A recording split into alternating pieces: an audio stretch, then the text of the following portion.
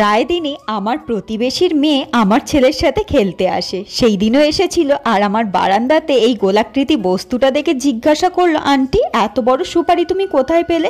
আমাদের বাড়ির পাশেও তো সুপারির গাছ আছে, কই এত বড় তো হয় না, ছোট ছোট হয়। ওর কথা শুনে একটু মুচকি হেসে বুঝলাম যে এই অ্যাভোকাডোর বীজটাকে ও সুপারি ভেবেছে। ওকে বললাম, দাঁড়া তোকে একটা জিনিস দেখাই।